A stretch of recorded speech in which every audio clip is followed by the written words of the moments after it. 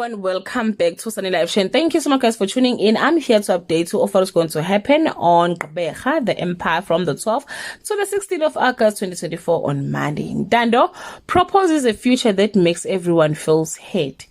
Hlumelo tried to put Thulani in his place. Nozuko's the grassroots history wins her new ferns on Tuesday.